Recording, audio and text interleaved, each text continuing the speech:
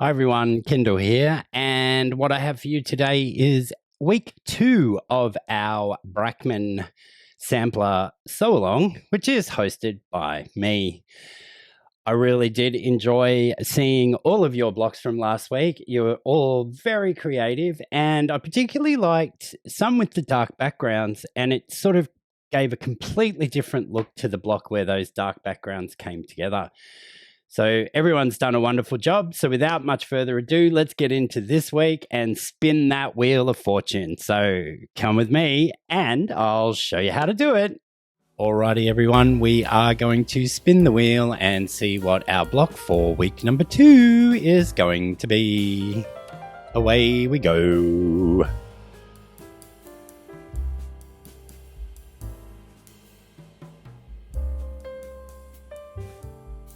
Ta-da! Week number 2 will be block number 1757.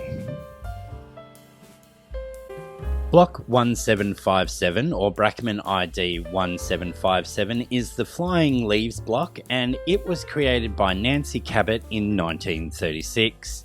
It appeared in a syndicated column written by Loretta Lester Rising for the Chicago Tribune in the 1930s. There were hundreds of Cabot patterns that were sold by mail order and groups in booklets. So I'm sure that throughout this sampler sew along, we might have some more of Nancy Cabot's blocks pop up.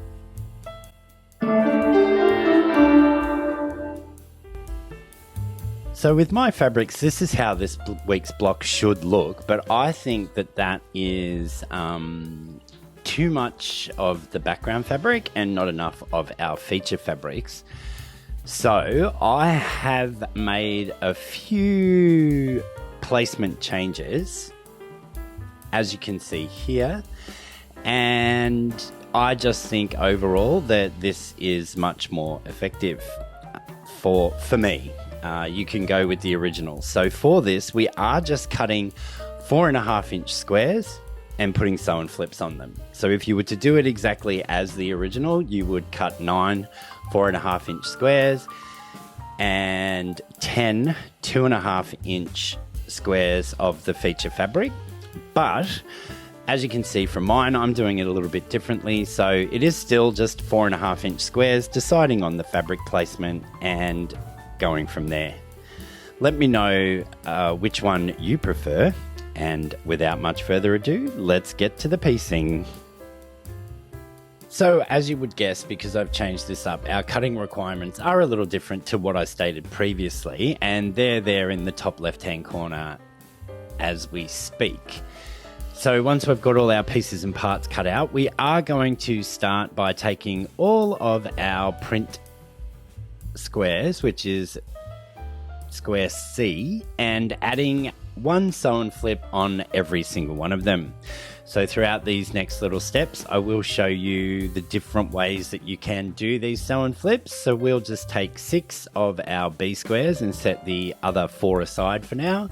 And as I said, we are going to put a sew and flip on one corner of all 6 of our print squares for this version.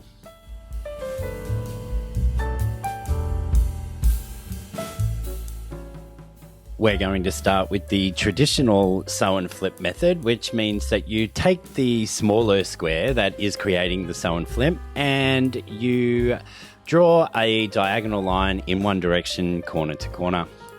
We'll then make sure that we line this up on our larger square and checking that all of our edges are lined up perfectly. We will then take this to the machine and I stitch just to the right of that drawn line. And what that allows for is the take up of the cloth when we fold this back over from our stitching line. Now there are many different ways to do this, but this is just my preferred method to stitch just to the right of the line, as you can hopefully see here.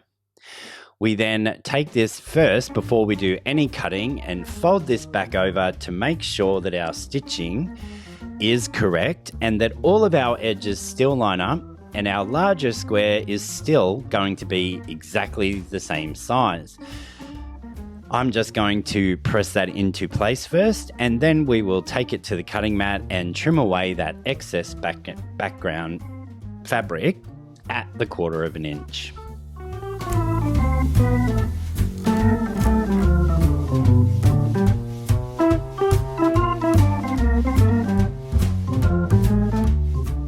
Now, if you've seen any of my past videos, you know that my preferred sew and flip method is to use the Creative Grids folded corner clipper tool. To use the folded corner clipper tool, we start doing exactly the same as we did before, except we don't draw the line, but we do make sure that everything is perfectly lined up on that corner there. We then take our folded corner clipper tool and we line that up on our 2.5 inch marking on our smaller square, making sure that all of our edges are even. We then take our rotary blade and we cut away that excess fabric first before taking this to the machine and stitching our 1/4 inch seam. If you do not have a folded corner clipper tool, you can use a standard quilting ruler. It just needs to have a 1/4 inch mark on it, and they all pretty much do. So we begin again by lining up everything perfectly in that top right hand corner, remembering that every time I do a sew and flip, I do it in the top right hand side, and if it was a rectangle, I would change the orientation so that I know that my sew and flips are always in the right direction. Once lining this up perfectly in that corner, we find that 1/4 inch mark on our ruler and we place that on our points, as you can see me doing here, diagonally across, and then we trim away our excess fabric and take that to the machine and stitch our 1/4 inch.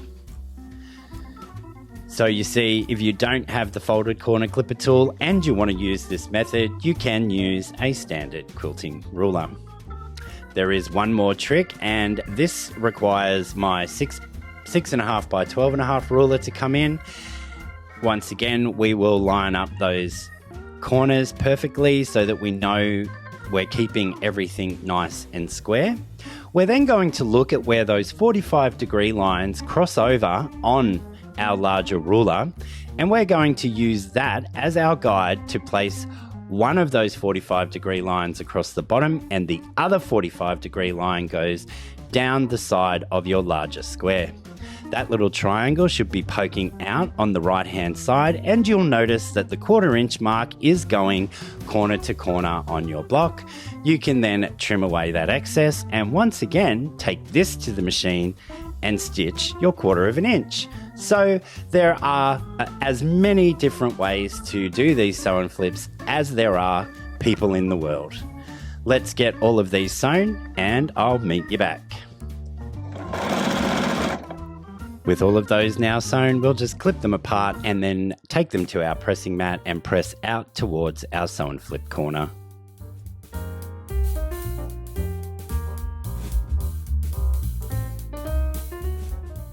We now need to take just 2 of these and place a sew and flip on 2 more of the corners, and they are corners that are facing each other. So as you can see here, I always put it in the top right hand corner, and I'll get this one ready on this side before rotating that around and making sure that I've got it on the opposing corner so that 3 corners of our square have the sew and flip, and we'll do that on just these 2. And the process is exactly the same as before.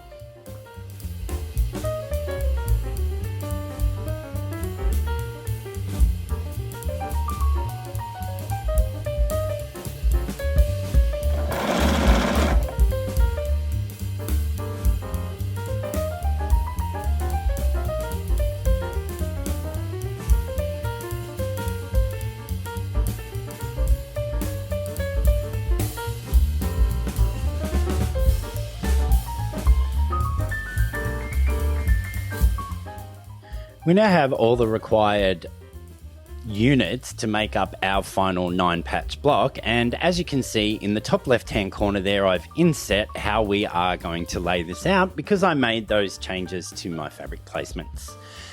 So paying close attention to where each piece goes to get the required result, we will lay this out as a 9-patch and then as with all of the blocks that are going to be coming up in this sew-along, 9-patch construction rules apply. We will start by sewing all of our vertical seams and creating our 3 rows. We will press out towards the corners on the top and the bottom row and in towards the middle on that middle row. We'll then do our horizontal rows, and you'll find that all of our intersections will nest nicely, and we don't need to worry about matching anything up. It's just simple, straight sewing. Let's go.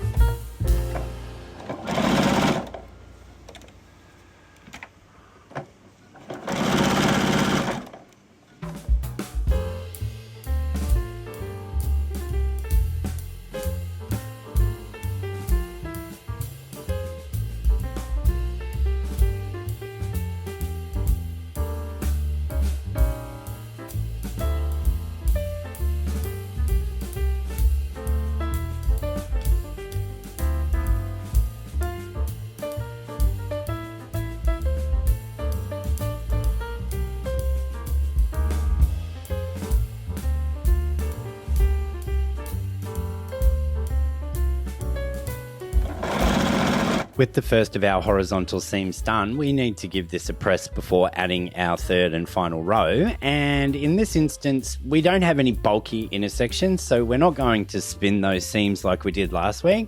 We're just going to pick a direction and press, and in my instance, I pressed away from that center row. You can press this in either direction because in the final quilt, none of these intersections need to match up with anything. So press in your desired method.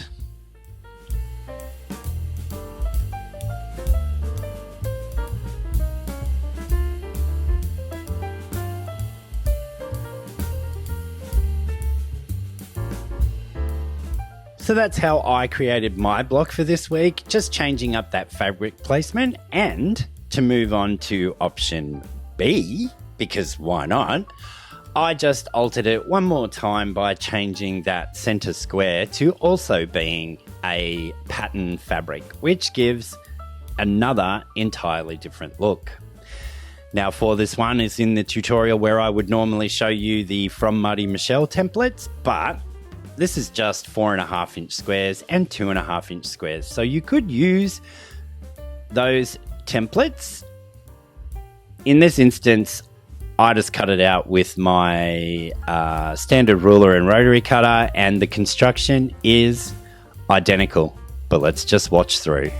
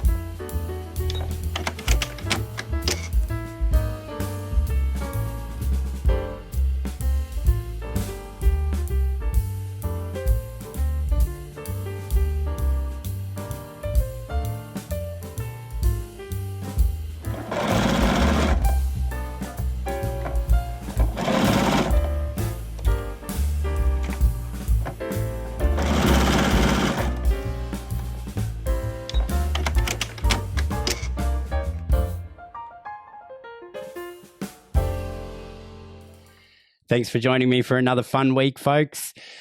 From the 11th of September onwards, we will have 2 videos per week. And at some stage throughout September, there will also be a bonus 3rd video in one of the weeks. So stay tuned for that. September is a very busy month. From the 11th of September, I'll go back to also doing the Block Wednesdays. So don't get those confused with these ones. The thumbnail for the video will be really clear. So if you haven't already done so, like the video, share it with a friend, subscribe if you haven't already done so. I'd like to see you back here again. Click that little bell icon to be notified of all my future releases. And until then, bye for now.